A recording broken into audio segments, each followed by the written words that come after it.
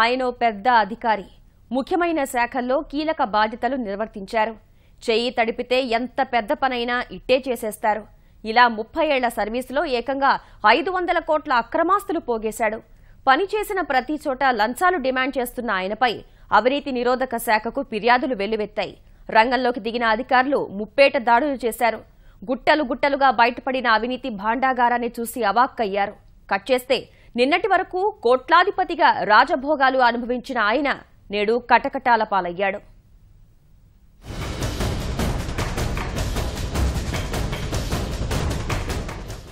ఈయన పేరు డాక్టర్ పాము పాండురంగారావు. కృష్ణా జిల్లా కలిదిండి మండలం కొచ్చెర్లలో పుట్టిన ఈయన 1987 ఏప్రిల్ 16న ప్రభుత్వ ఉద్యోగంలో చేరారు. ఎగ్జిక్యూటివ్ ఇంజనీర్గా సర్వీసు ప్రారంభించి తర్వాత సూపరింటెండెంట్ ఇంజనీర్గా పదోన్నతులు పొందారు. చీఫ్ ఇంజనీర్గా Visakhapatnam municipal corporation, greater Hyderabad municipal కార్పొరేషన్లో కీలక బాధ్యతలు నిర్వహించారు. 2011 నుంచి ప్రజారోగ్యం, మున్సిపల్ ఇంజనీరింగ్ విభాగంలో ఇంజనీరింగ్ చీఫ్గా వ్యవహరిస్తున్నారు. కీలక నిర్ణయాలు తీసుకోవడం సహా ముఖ్యమైన పనులను పూర్తి చేయాల్సిన బాధ్యత కలిగి ఉన్న ఈయనపై ఆదాయానికి మించి ఆస్తులు కూడబెట్టారన్న ఆరోపణలు చుట్టుముట్టాయి. అనతి కాలంలోనే కోట్లకు పడగలెత్తడంతో నిఘా వేసిన అవినీతి నిరోధక శాఖ ఏకకాలంలో ఆయన ఇళ్లు, బంధువుల ఇళ్లపై దాడులు నిర్వహించింది.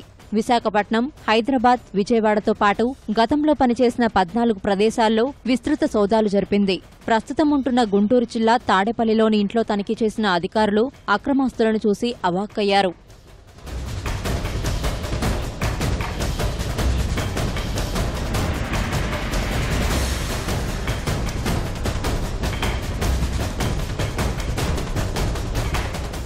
పాండురంగారావు అక్రమాస్తుల విలువ మదింపు చేసేందుకు అనిసా అధికారులకు ఒక రోజంతా పట్టింది. పలు ప్రాంతాల్లో 12 కోట్ల రూపాయల విలువైన రిజిస్టర్డ్ ఆస్తులను గుర్తించారు. ప్రస్తుతం వీటి మార్కెట్ విలువ 500 కోట్ల రూపాయలుంటుందని అధికారులు అంచనా వేస్తున్నారు. ఈ కేసును అవినీతి నిరోధక శాఖ చరిత్రలోనే పెద్దదిగా పరిగణిస్తున్నారు. పాండురంగారావు అత్యంత విలువైన 42 ఫ్లాట్లు కొనుగోలు చేసినట్లు అనిసా గుర్తించింది. ఒక్క విశాఖలోనే ఆయనకు 20 ఫ్లాట్లున్నాయి. గుంటూరులో 8, హైదరాబాద్లో 7, పశ్చిమ గోదావరిలో 6, విజయనగరంలో 1 ఫ్లాటున్నట్టు ధృవీకరించారు. హైదరాబాద్లో G+2 గృహంతో పాటు పెంట్ హౌస్, విశాఖ, కృష్ణా జిల్లా కొచ్చెర్లలో 2 సొంతిళ్లు, హైదరాబాద్లో ఎకరం వాణిజ్య భూమి, ఉభయ గోదావరి, కృష్ణా జిల్లాల్లో 24 ఎకరాల వ్యవసాయ భూమి పాండురంగారావు అతని కుటుంబ సభ్యుల పేరిట ఉన్నట్లు కనుగొన్నారు. విశాఖపట్నంలోని ఆరోగ్యనగరంలో అశ్విని ఆసుపత్రి నిర్మాణానికి 4 కోట్ల రూపాయలు పెట్టుబడి పెట్టారు. తన కుమారుడి పేరిట right and software technology and services సంస్థ ఉంది. అతని భార్య పేరిట HM technocrats India limited company ఉంది. Sudheer solar power and Sunil enterprises సంస్థలో 66 లక్షల రూపాయలు పెట్టుబడి పెట్టినట్లు ఆధారాలు లభించాయి. పాండురంగారావు నివాసంలో 9 లక్షల రూపాయల నగదు, 25 లక్షల బ్యాంకు డిపాజిట్లను గుర్తించిన అధికారులు వాటిని స్వాధీనం చేసుకున్నారు. Pamu Pandurangarao garu, that is the so far in last 7-8 months the biggest case. Dan paina memu sumaru 2-3 months nunchi work out chestunnamo. Unbelievable property valla daggara unnayi. Most of his land property are in the urban area. So most of the property are in his name, his wife name and his son and daughter name. Evarna wrong means to ee corruption dwara asset సంపాదించారు. అందరి మీద మేము నిఘా పెడుతున్నాము.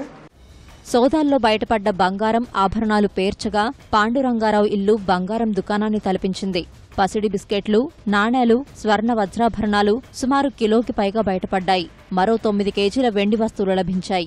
వీటితో పాటు $1,95,000 American డాలర్లు లభ్యమయ్యాయి. ఓ ద్విచక్ర వాహనాన్ని అధికారులు స్వాధీనం చేసుకున్నారు. కుటుంబ సభ్యుల పేరిట పాండురంగారావు ఎక్కువగా ఆస్తులు కొనుగోలు చేసినట్లు అధికారులు గుర్తించారు.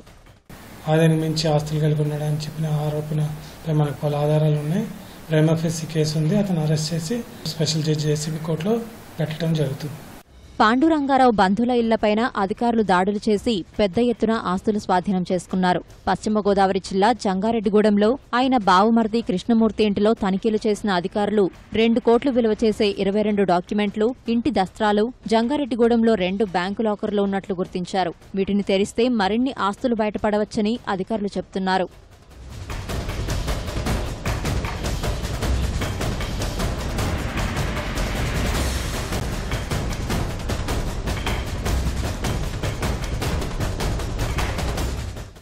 ఇంత భారీ ఎత్తున ఆస్తులుంటాయని తొలుత ఏసీబీ అధికారులు ఊహించలేదు. పాండురంగారావు 100 కోట్ల రూపాయల అవినీతికి పాల్పడ్డారనే అభియోగాలపై అధికారులు అతన్ని అరెస్టు చేశారు.